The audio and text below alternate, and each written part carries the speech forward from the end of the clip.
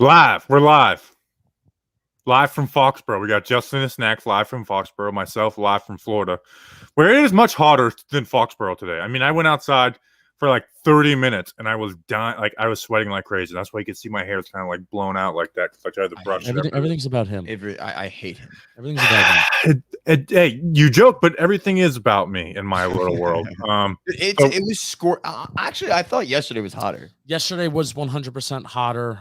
Today was more intense. Today was definitely a more intense practice where starters played the entire time in terms of the team drills. So starters played the entire time from start to finish. Mike Glennon didn't take a single snap. So if everybody's like, oh, Daniel Jones needs the reps, Daniel Jones needs to play, blah, blah, blah, blah, blah. Well, he played. He played like every single team rep today.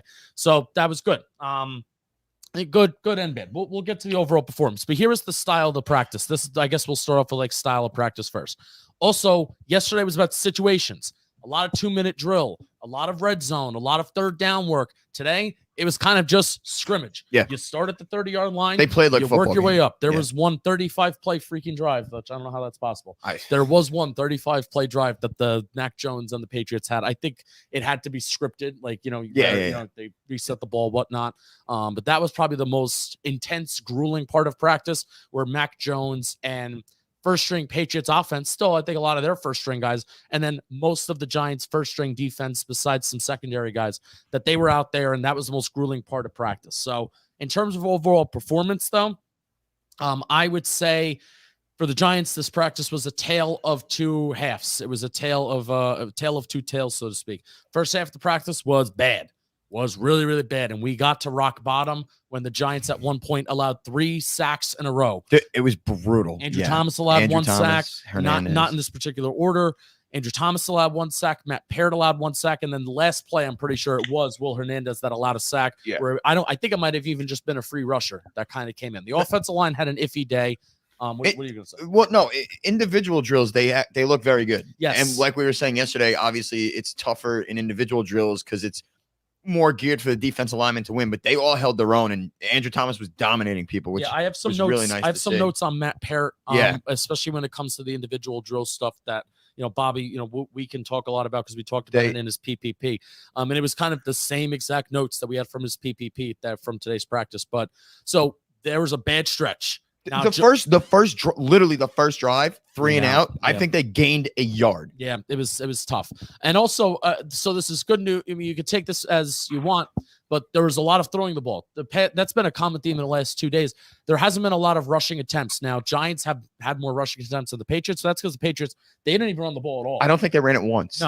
No, they really didn't. Maybe besides some red zone plays where you just want to punch it in. Yeah. But Cam Newton, every single pass attempt that he had, every single play that he had, it was pass attempt. Mac Jones yesterday, I mean, how many passing attempts he had? He had some 50 passing attempts, 40 passing attempts yesterday, and he completed most of them. But tale of 2 days for Mac Jones, too. Mac Jones didn't look that great towards the second half. So this is where we get to the positive for the Giants, where the second half of their practice, it was better. Defensively, it was night and day. And offensively, it was, I would say, slightly better. But Snacks, you think I'm being tough on the offense? I do think you're being a little tough, and I understand why, because the route concepts and everything was just the same stuff we saw last year that we all hated. And I think that's probably where you're coming from. But they were moving the ball.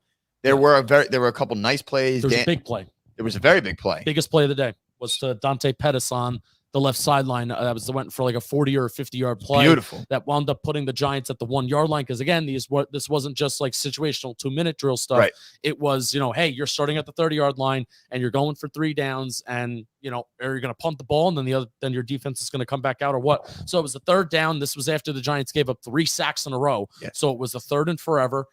They might have reset the ball here or there, but it was a 3rd down and long, and Dante Pettis catches a ball on the left sideline. And it's funny because we're looking at Jason Garrett, and I'm looking at this practice, and I'm saying, you know what? The Patriots they have nobody over the middle of the field. They have 1 safety, and why would they? He's not even playing deep. This guy is just floating kind of near the intermediate part of the field where, he's not even like covering the middle of the field. He's kind of just floating in between.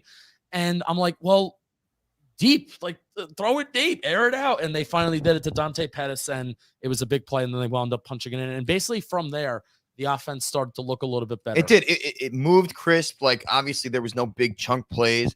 So in my head, I'm thinking to myself, if they're going to score touchdowns this year, it's going to be 15 play drives. They're not going to have explosive plays. It's going to be methodical down the field movement like that, which, I mean, if it works, fine, but it's not really what you want to see. And I was trying, and, you know, I'm my miserable self is always doom and gloom with the Giants. I was trying to like kind of bring Justin down to life a little bit. I'm like, yo, listen, there's no Galladay.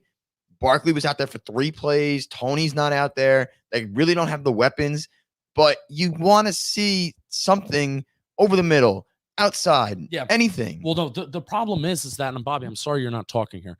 Well, just a quick recap, and then we'll get Bobby will get into the problem is with this Giants offense, and, you know, training camp practice, you can't take from schematics, but these were the starters. The starters were playing basically from start to finish this practice. So we're at the point where this is your last preseason game. We should be getting rolling here. Yes. The excuses are kind of dwindling down. Now, during a preseason game, I'm not talking about Jason Garrett's schematic, but the fact that we were there and this is their second joint practice, I'm going to talk about it. And this is a common theme from last year, where it's not just a training camp point, it's a common theme from last year. When everything is on the sideline and when every single time a Giants wide receiver is catching the ball and their bodies are completely turned away from the end zone, when their backs are to the end zone and you're not running laterally, you're not having momentum under you. This is why Jason Garrett's offense is so bad with the yards after the catch, because if you're constantly coming back to the ball, or if you're constantly running towards the sideline, then you're not getting the yards after the catch. You have no momentum. You have no chance. You're solely relying on wide receiver separation. You're solely relying on your guys creating that separation, which actually, you know, David Sills had a nice catch over the middle of the field today. Dante Pettis was arguably the biggest winner today. You know, Shep maybe had some nice catches. They were kind of relatively quiet. Shep and Slayton were relatively nothing. I have not been impressed with him. Yeah, he's been relatively quiet, but I guess he's had a good camp overall. From speaking what we heard and seen, what we haven't seen. Yes. So like the last 2 days, I shouldn't make an indictment on his training camp from 2 days, but I don't have any sort of excitement in watching him with my own 2 eyes live. But yeah, it's very vanilla. Yeah. If it's not a slant, it's a stick or a comeback. It's for just 5 yards. Yeah. Every throw Daniel made outside of 1 or 2 was to the sideline or a 5-yard slant. Yeah. And that's not Odell taking those slants. So it's just nothing over the middle of the field. And meanwhile, you look at the Patriots. While, yes, checkdowns is a part of the game, and Giants certainly had their checkdowns too with Daniel Jones, which is what you want to see. There was actually some plays where Daniel Jones checked it down to Corey Clement, which was nice to see him check down to a running back. And then we could talk. Saquon's a whole nother conversation on how he looked today. He had a great play. There was one great play. But still, what the Patriots are doing, they're finding, Giants are playing like a mix of man and zone, and Patriots were finding holes. Mac Jones was still finding some holes today. Cam Newton was definitely finding those holes, and they're finding ways to get guys open in the middle of the field and yards after the catch. So it's not impossible. Like, I don't want to hear the excuses of, oh, well, Galladay, Tony, blah, blah, blah. It's not impossible. Like, I can't name you a single wide receiver on the New England Patriots. I cannot. Jacoby Myers, that's about it. I can't. I do a fantasy football podcast, so I know Jacoby I can't Myers. Name you a single wide receiver on the New England Patriots. I'm kind of done with the excuses on Garrett. And you're finding holes in a very good secondary. Yes, correct. Like, it's not this secondary is not nuts and bolts. It's very good, and they're finding holes. So it's kind of demoralizing to see that your opposing team is literally doing it right in front of your face, and we can't see it from our end, which we want so bad. All right, so offense. While I'm being nitpicky and critiquing, they did have a good finish where they did score some touchdowns. They did put together some drives. Move the ball. They did have a very big explosive play. That was the biggest play of the last 2 days. Oh, by far, yeah. Dante Pettis on the left sideline getting pushed out at the 1-yard line. I want to save Saquon Barkley, but talk to me about the defense. You have a lot of notes on that. Yeah, so the defense, Bobby, I don't know if you want to jump in, ask anything, or you have anything to say. Well, I just want to say thank you for that last 10 minutes of ruining everyone's day, trashing the offense. Like, I am depressed now because of those last 10 minutes. But really, but this was a note that we had from yesterday's live stream where, we were wondering, well, why is the Giants offense looking bad? Like, that was one, or why are they not bad? Maybe is a strong word. Why are they not looking crisp? Why are they not looking great? And is it because of schematics, or is it because Jones is missing guys? And that question is still out there. I'm not going to say that Daniel Jones is perfect, right? No, absolutely not. But he's not bad by any stretch. I saw he went 23 of 29 today. No, yeah, and that's the thing. He was completing passes left and right, but it's just think and dunk. It's nothing that's But it's everything, and you have to look at the trends too, where it's everything's on the sideline, and nothing is over the middle of the field, and nobody's getting yards after the catch. Besides, like tight ends when you check down. All right, but defense was much stronger towards the second half of the practice. Right. So the first drive, they got absolutely torched by Cam Newton. Yeah, just torched. It wasn't a 5-yard curl to the running back, and he just ran. They were getting exposed bad. Rodarius Williams was cornerback too. He was playing opposite side of Bradbury. Sam Beal got in there. Quietly, Sam Beal had a nice day. I will give him credit. He let up a touchdown, but he had a nice little day. Still gonna get cut, but I think he's gonna make it. You think so? Well, I guess after the Adoree Jackson injury, he's got a better chance. And also, there's a question mark around Josh Jackson. Yeah. All right. So talk about Josh Jackson. All right, yeah. So Josh Jackson was out there to start with individual drills, which it was a surprise because he was not out there for yesterday's practice. So he was out there today wearing number 27. You know, the Giants Ring of Honor member DeAndre Baker and Isaac Adom. Should be retired number for Brandon Jacobs. Go ahead. Carrying on the tradition of number 27 for CB2s at times. Yeah, so Josh Jackson was out there, and he was actually out there to start the team drills today. But then for the most of the practice, anytime we did look to see who the starting corners were, we did not see him. He was never there. So he was out there to start, but then for, I would say, 75% of the practice, maybe even more, it was Rodarius Williams and Sam Beal going in at CB2 while Darnay Holmes was in the slot. Darnay Holmes, I think he had played almost every snap. He was out there a lot, yeah. So it was a combination of, Bradbury, when he was out there, he was the CB1, and he made some nice pass deflections today too. He looked good today, Bradbury. And then it was Sam Beal and Rodarius Williams alternating at CB2. And then when James Bradbury stepped off the field, which for the second half of practice, towards the latter quarter of the practice, James Bradbury was off the field, and it was Sam Beal and Rodarius, and it was those two guys. We did not see Josh Jackson. No, they didn't. And he was suited up. He was suited up. Yep, he was in individuals, and those two, Rodarius and Sam Beal, held their own. Rodarius had a few very nice plays. There was a beautiful pass to the back of the end zone that was broken up by him. He was kind of beat a little bit, but he got his hand in there and carved the ball out, that was nice to see. Yeah. How did Darnay look? Because we haven't really heard much from him all camp. Nothing stood out to me. I don't know about you. Yeah, which I guess is good for a nickel corner to not have anything stand out. Yeah, that's true. Yeah, good point. He didn't get burnt on anything or anything like that. So. Yeah, I saw that there were some people that said that he didn't have the best of days, and some of the guys on the beat said he didn't have a great day. That's not real. I wasn't really looking at Holmes because it's one of those things where I'm not looking for right. I actually kind of looked at him a few times because the guy in the Darnay Holmes jersey was to the left. That is true. Okay, wait, naturally. I know. He messaged me on Twitter. Oh, did he? Oh, good. Say his name. I'm sorry, buddy. So maybe the beat writer just saw something different, but from what I watched, again, religiously, I didn't really watch him. Nothing that stood out or would make me concerned. It was Rodarius and Sam Beal that actually stood out more. They did. They made some plays. They did. And I'm not. You guys know my feelings about him, but I was very disencouraged. I don't think that's a word. Disencouraged. Blake Martinez got burnt way too often. I don't worry. I don't really care. I don't either. I know he's not a coverage linebacker. I get that, but just watching him falling on the ground, it was ugly. But that's all right. And Blake is one of those guys where you could say he missed 10 tackles today. Okay, I'll bother me when it happens in a game. He'll definitely be fine. But it was another defensive day where none of the edge guys stood out. Which is not. What does that say? Joshua Shimska's discouraged. LL. Don't need the N. You said disencouraged. Dude, I have spent way too much time in the heat, Josh. I appreciate you helping me out there. But no, like DNs, we were hoping to see a little bit more pop from them today, from Zoe and some of those guys. Aziz was out there. Aziz was out there, yeah. Aziz had a nice rep in team individual drills that I saw. He was working a stunt. Oh, did he? He was working a stunt. Yeah, and it's tough to see the edge guys when they were doing the individual drills. All the way they're on the far field, and also let's face it, when the offensive line is right in front of our faces, we're gonna. That's what we're watching. We're gonna pay more attention because that's where everybody wants to see. Where it's actually good. Again, this is a plus that we had. the beat reporters got to see the DBs again. They got to see the wide receivers and Saquon catch the ball. Woo, great. Those guys are they're running against nobody. They're facing a ghost. Our biggest strength, the secondary, and our best player, Saquon. Good analysis. Right. Go ahead. Go take your videos of Saquon running against nobody. And meanwhile, we were down by the offensive linemen who are facing the Patriots defensive linemen. And that was, I could watch that all day. That was really, really cool. It was very good. And they were all, honestly, they held their own very well. Right, I mean, while we're on it though, let's talk about Matt Parrott. There you go. Yeah, this is where you come in. A lot of people have been asking about Matt Parrott. And granted, I wasn't solely looking at him during the team drills today, even though he did allow a sack.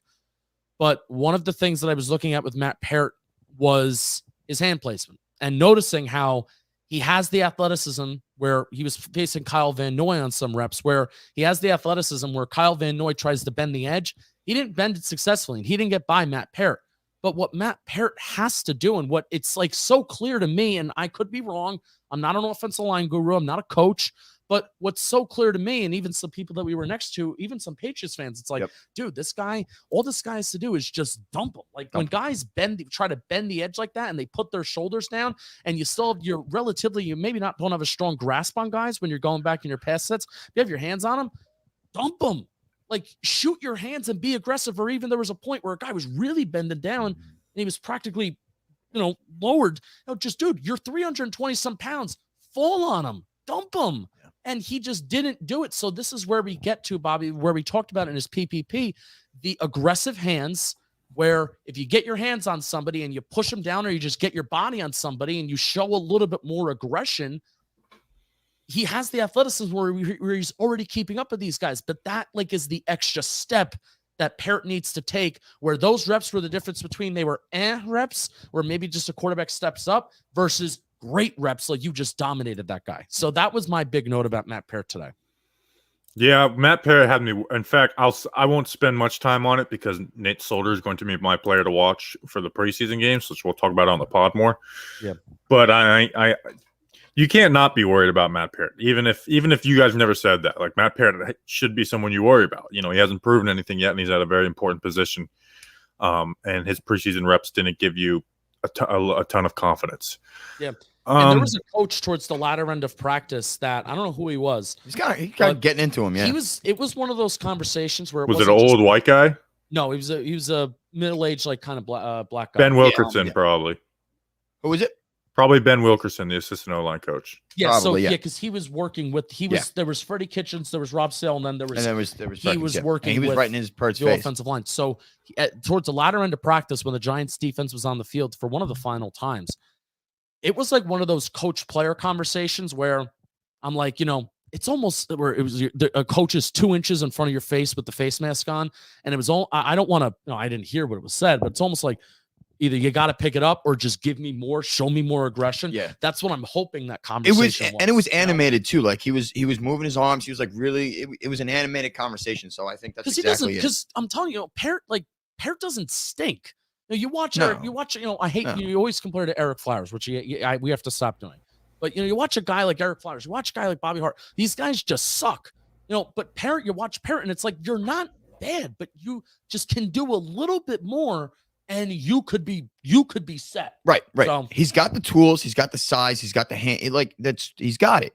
Just put it together. You know what I mean? Like this consistency. Yeah, that's a good description of Matt Parrott. Yeah, I agree. Let's see so let's talk about Saquon though, because that I know he's in a red contact, so they're not tackling him. But if he just had a regular jersey on and it was a don't tackle drill, even to forget the thud, would you just be like, okay, he's back? Because that's the way it sounds. From my eyes, I don't know about yours, he looks absolutely fine. Literally, he could be practicing as a regular player without that jersey on. I think they have babied him a little bit too, and I'm not in a bad way, but it'll be week 1 will be 358 days. Right. And you see guys come back from those when they have them in week 10 and they're practicing in training camp and stuff. So I think they have purposely babied him.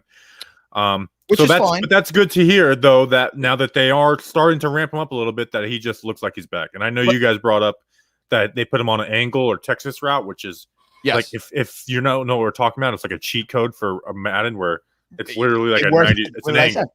I said the same thing in practice. I'm like, that play works every time in Madden. It's a cheat code in Madden, and it's a cheat code in the NFL if you have a running back like Saquon too. And I pray to God that they actually use it, because when I tell you, Bobby, that he had daylight, he would have went to the house easily, and they were backed up in their own territory. He was gone. He was going. So it was good to see. And I was also a little surprised that they even put him. I think he had 3 reps. No, he had more than that. Yeah, really? I mean, there was some pass blocking. I mean, you have to think about it like this. He wasn't out there. He wasn't out there a ton, but he was out there for a series. Let's just call it a series. All right, yeah, fine. Let's just call it a series. Fine. And they weren't running the ball. Like the Giants towards the second half of practice, they were not running the ball unless they were in the green zone, the red zone.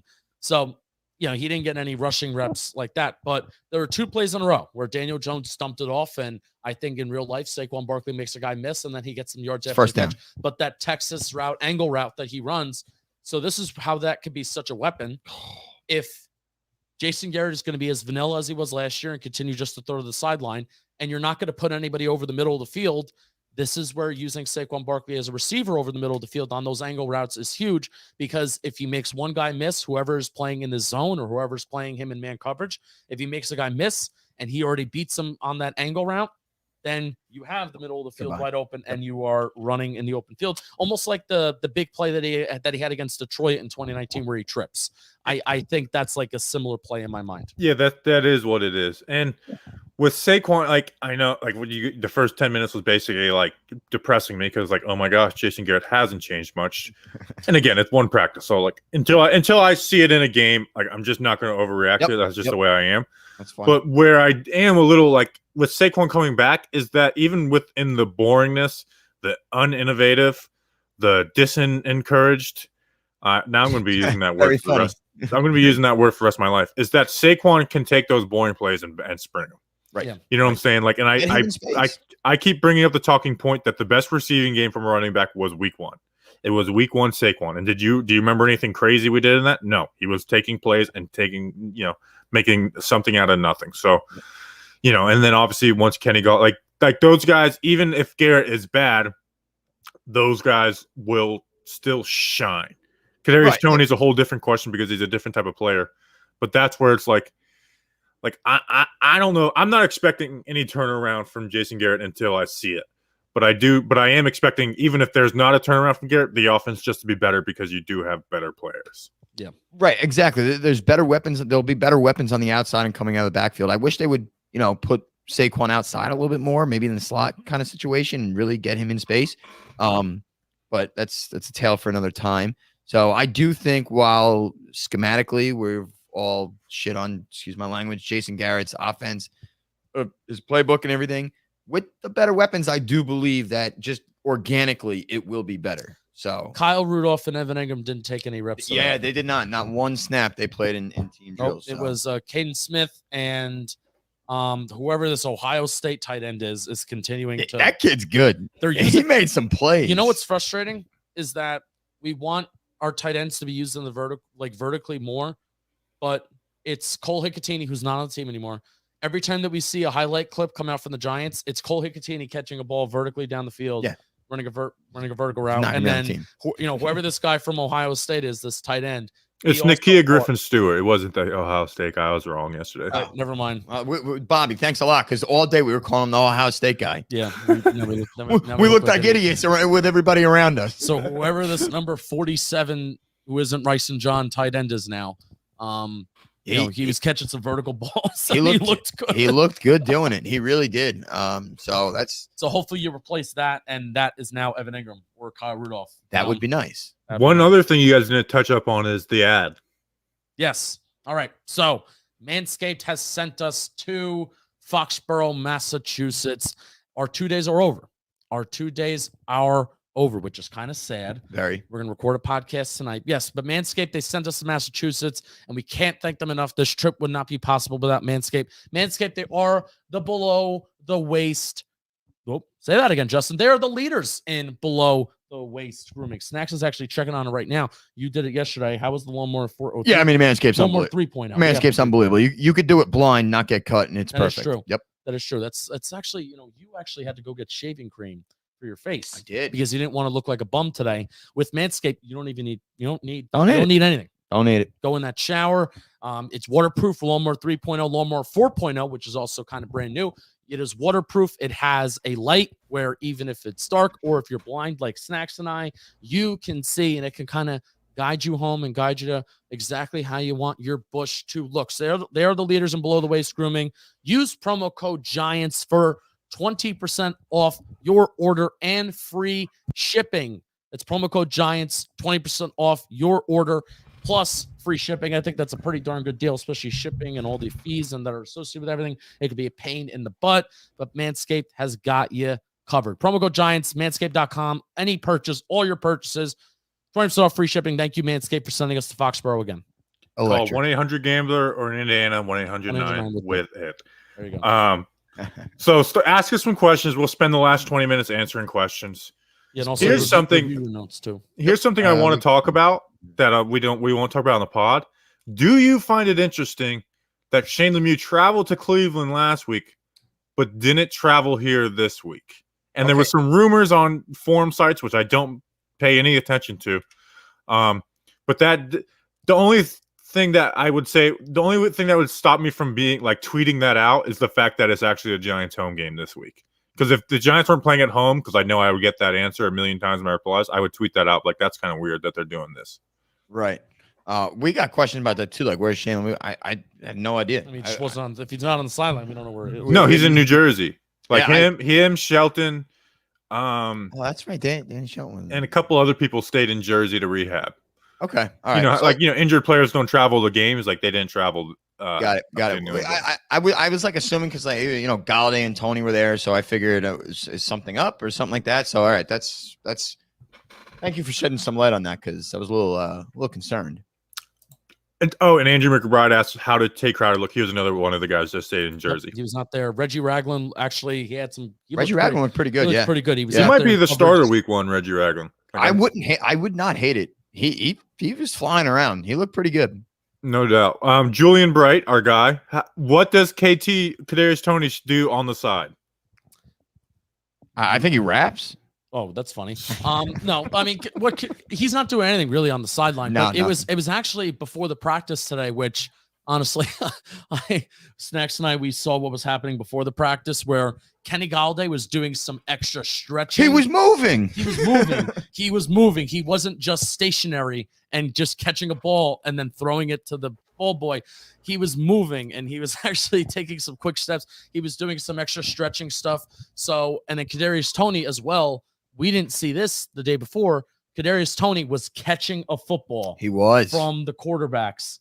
And it was tossing it to whoever he needed to toss it to so they can throw the ball. Electric. So and then we saw Saquon Barkley run out on the field in a red jersey. And I said, it doesn't matter what happens during this Giants practice. I will be happy with anything that happens, which is a lie. But but that was the energy before the practice. Seeing Kadarius Toney at least catching a football, and he did stretch with the team. He did. He was not on the side. He was doing football movements. He was doing football things. Kenny Galladay also stretched with the team, which made me. I'm like, are they gonna like? Yeah, you said it. Is he practicing today?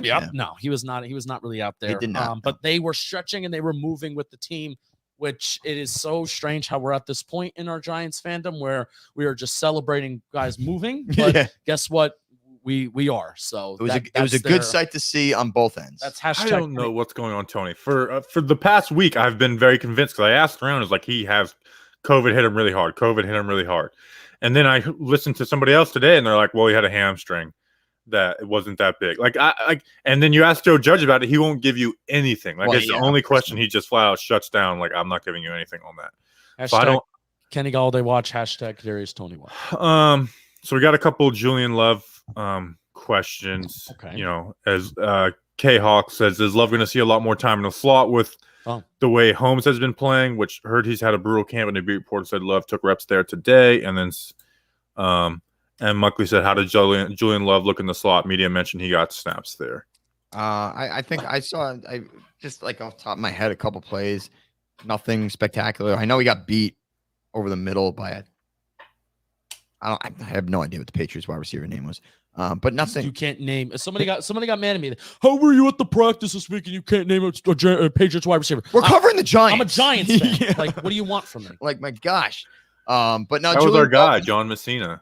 Yeah, I'm sorry, John, but like he's the creator of Danny Dimes. Oh, there you go. Sorry, John, but yeah, that was a jerk comment. Yeah. Now Julian Love, like again, nothing spectacular, but nothing that's like gonna pound my head on the wall and be unbelievably concerned if he's our starting slot corner. Yeah. So if he's our starting slot, I'm fine with it. But yeah, absolutely. Okay, so I guess I'm not gonna be able to do my freaking rant. I literally have. Oh, Bobby. This is my notes on my cornerback rant about Isaac Yiadom, Josh Jackson, and how it was relevant because of the Adoree Jackson injury. Right. Julian Love didn't play better than Isaac Yiadom at outside corner last year. Look at the numbers. Cleveland went at him. Like I think they went 5 for 6, and then Dallas went 4 for 6, and the incompletions were because of bad Andy Dalton throws. Remember, it was on that speed in route, and Dalton. I remember thinking like, God, Andy Dalton is missing like crazy today. Like those were Julian Love wasn't good at it. Now, could you say, well, maybe those were his first games, he could get better, but they haven't practiced him one single rep at outside corner this year. It's been nickel and safety. That's where he's been moving back for. They didn't tell him to get ready for outside corner, so he has no practice really at outside corner in the NFL besides 3 weeks last year. In the game where you're not really working on a ton of like learning new things from the position. It's more about scheme and stuff, especially at the end of the season when your bodies are worn down. So Julian Love has basically no outside corner good experience in the NFL. And I was a fan of him coming out of Notre Dame. I was like, I want to see him out there, but they don't use him there. So this idea that all of a sudden Julian Love's going to be better than Isaac Yiadom is wild to me. I mean, so that was like a part of my rant. That was a part of it. Okay, I figured there was more. I would agree. There's nothing, like we said, slot corner. Yeah, I'm fine with that. But on the outside, there's no way in hell I'm trusting Julian Love to hold his ground. There's just no way. Yeah, because if you're, so it just comes down to if you're not getting reps out there and you're not getting reps in camp when they matter. And today's reps mattered. Like yesterday's was situational work. I think yesterday was a coaching day to test the players in certain situations, blah, blah, blah. Today was a scrimmage. Yeah. Today was a scrimmage, and today the starters went at it, and they went at it from 30-yard line to other, to red zone, end zone on the other side of the football field. So today it mattered. And clearly, you never want to read things too far into it, but at this point in the preseason, at this point in camp, the guys that are playing and the guys that they want to really get ready, because this is a dress rehearsal that they have coming up. The guys that are playing, you're getting a little bit of a preview of the 53. And the fact that it was Sam Beal and Rodarius Williams, and don't know what's going on Josh Jackson injury-wise, but the fact it wasn't like Mondre Harper or Montre Hardage, any of those guys, they didn't get any reps today. Especially when Adoree Jackson's hurt. Like, this was a big opportunity for Rodarius Williams and Sam Beal to have a stamp. And they stepped up. From my eyes, Sam Beal, I think he allowed that touchdown, but that's a tough touchdown. It's like a toe tap throw, and maybe he should have made a play on the ball. But I mean, he had a relatively good day. Rodarius Williams had a better day. Yes, he did. Rodarius definitely had a better day. Rodarius Williams has to show it to us in the preseason game. Oh, yeah, I'm not believing any Rodarius hype because he was bad in that first preseason game, which I'm not mad at him or disappointed in him. He's a 6th-round rookie. Like, I don't have expectations. But I know I've seen this story a million times. 6th-round corner, good in practice, man, making some plays in practice, and then you put him in a game in the regular season as a rookie, and he's horrible. And then he gets like thrown away forever, where it's like he's garbage. It's just like, no, he just got thrown out there early. So Rodarius cannot be like it's not good if he's a starting corner. Now you could put him in that cover 3 scheme and stuff, which maybe he'll look all right in. But when you put him in that man coverage cover 1, which they did in the first preseason game, he looked really bad. Yeah. Yeah, and it's strange. I mean, it's not strange. You're a 6th-round cornerback for a reason, but he had a lot of man coverage experience in college. So that's why you look at the string of moves that the Giants made this offseason. Aaron Robinson, largely a man coverage corner who's been hurt. Adoree Jackson is just an all-around really good corner. And then Rodarius Williams, I guess, was just kind of like the cherry on top, where he has more man coverage experience and zone experience. And, that's the thing that he's been kind of struggling in to start camp. But again, you can't fault him because He is a 6th-round pick. You shouldn't expect your 6th-round pick to be a quality backup from day one. So yeah, Rodarius should make the roster because he is a draft pick who shows some potential, not because he's going to compete and play year one. Spot on. Could he go out there and surprise us all? Yes, but it would be a surprise. I mean, I could go out and surprise everybody by being like sober tomorrow, but that's true. I mean, you're driving home. That's right. That's a good way to get arrested. That's my goal for this. Bobby, every tweet, get arrested already. What are you doing? What are you doing out there? Diggy's our guy. Apparently, we live in an alternate universe where Yedem is the worst cornerback in the league. Yeah, he was our best backup outside corner. Yeah, and if he was here, it would make me feel a lot different about Adoree Jackson being injured. I would feel a lot more. Adoree Jackson's going to be all right, which we talked about on the stream yesterday is a good thing. Right. All right, ask us some questions, guys. I will say even this small. MG says, guys, let's not forget he's a rookie. That's the exact point we're making. Don't rely on him. He's a rookie. Lil just said that. Yes. That's like the entire point of what we just said. Yeah. Joe Judge, we didn't give a Joe Judge report today. Oh, Joe Judge. Joe Judge was more intense today. Especially when the offense was struggling. He was, his voice was getting up there and amplifying. He ripped into Tom Quinn. Yeah, well, ripped into him. T-Mac and Tom. T-Mac, Tom, get over here. He's literally screaming and he's going F, F, F, F, F. Just doesn't like the lifers like in the Giants organization. Yeah. He must hate him.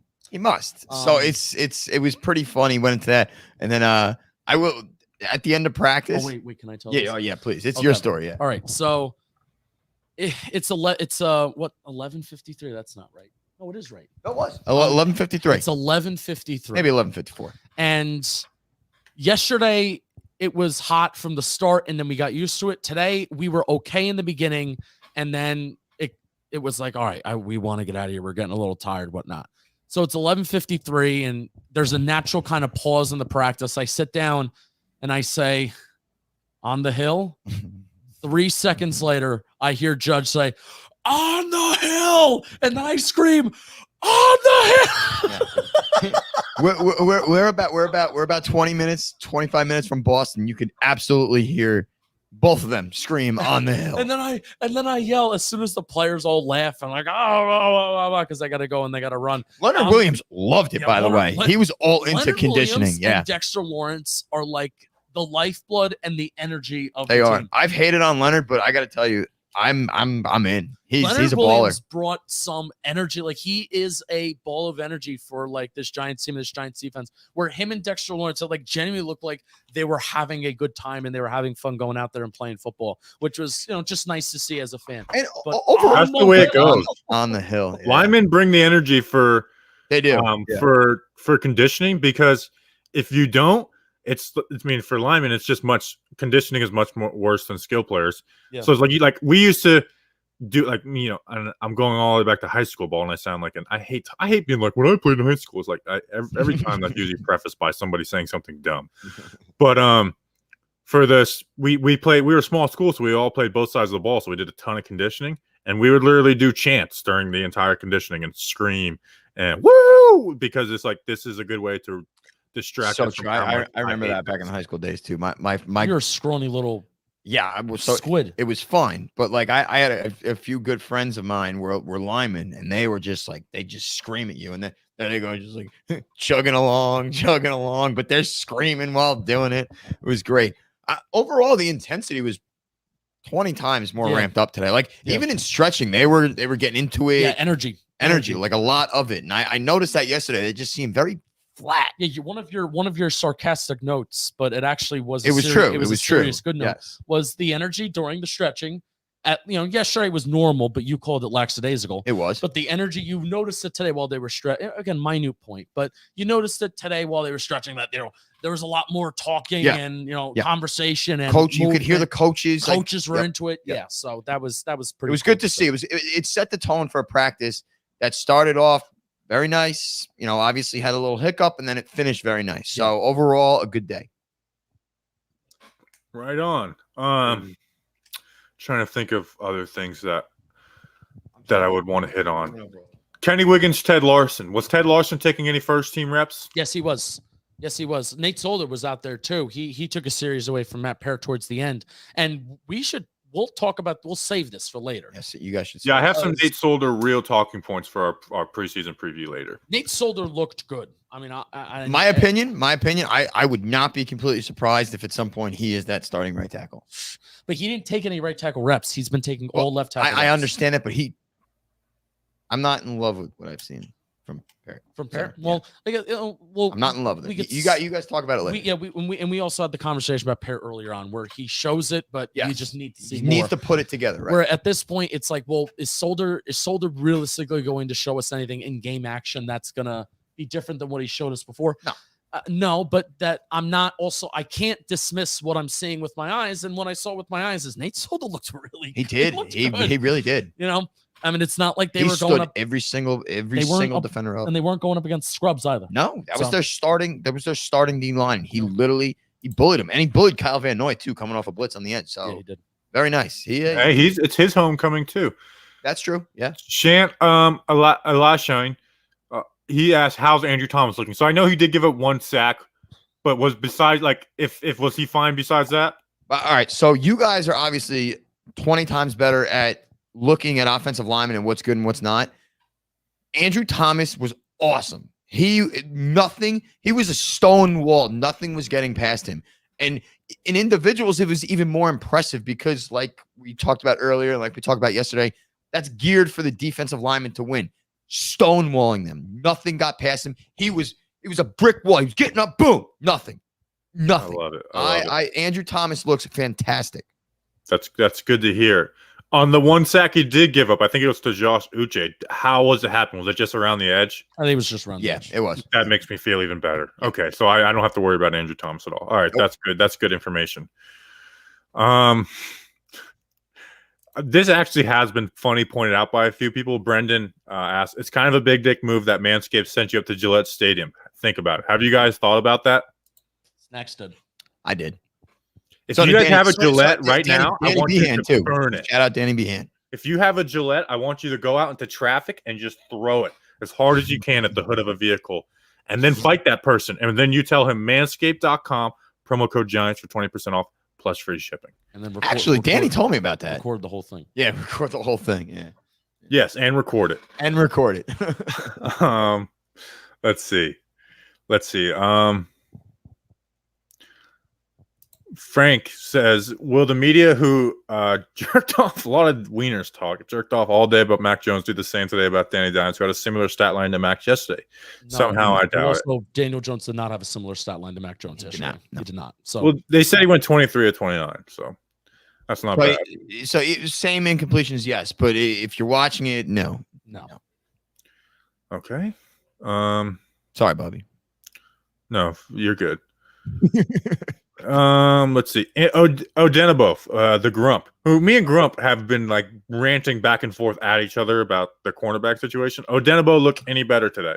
I don't think he's going to make the team. I don't think so either. We talked kind of nicely about him yesterday, but he was a no-show today. But again, the starters played only today. Yeah, that's true. And I was seeing Trent Harris again, and this matches what we Trent see Harris, in preseason. That doesn't bother me one bit, honestly. Trent, but it's okay. So it doesn't bother you. Like, am I going to be mad? It's just disappointing that a guy like Ifeadi Odenigbo, who has the most sacks out of everybody in the entire edge room, and you look at what he's done on film previously, and it's like, okay, yeah, this guy at edge, and he's kind of just being used as a pass rusher. Like, this dude can do something, but Trent Harris has been getting reps over him. And yesterday he got reps because it was the backups. Backups did play yesterday, and today they did not. And we barely saw him. Yeah, there was nothing. With Ifeadi moving from like a hand in the ground, 3 technique, 5 technique, D lineman / maybe a little bit D end.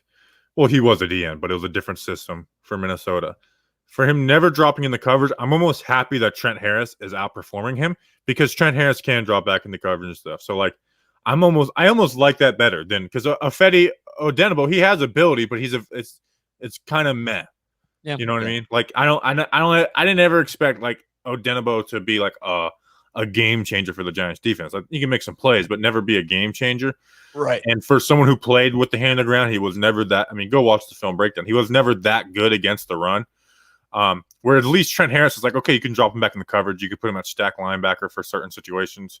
So I'm on, and he can rush the like. Are you surprised if Trent Harris can rush the passer better than Ifedi? No, I'm not. So so that doesn't bother me too much. Yeah, I think that whole thing is a nothing burger. As edge rusher number 4. Yeah, it's obviously I thought at the time it was a good value signing, but I still think it is. Well, but if he's not playing, he's not playing. Yeah, he's not playing. So. Let's see. Any chance Westlock says any chance Beal sneaks on the team with the DB injuries? I mean, if he has a good showing Sunday, I personally don't think so. I think it's too late in the game for him, but you never know with a great performance on Sunday, especially with an Adoree Jackson injury that we're not positive about and an injury history. Maybe they do want to keep a Sam Beal who he has talent, but another guy who just hasn't put it together. If there's a world where Aaron Robinson starts off the year on some sort of PUP list, IR list, because that is probably going to happen, and Josh Jackson is not part of this team, which seems like an option, even though we're not rooting for that. I've had 2 beat reporters tell me that they'd be shocked if Josh Jackson makes the team.